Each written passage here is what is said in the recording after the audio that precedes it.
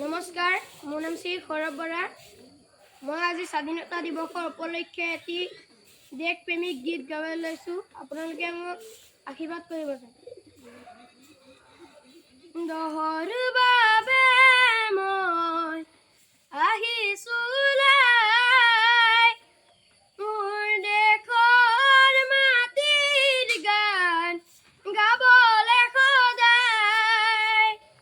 দহৰ বাবে মই আহিছোঁ ওলাই, মোৰ দেশৰ মাটিৰ গান গাবলৈ সদায়।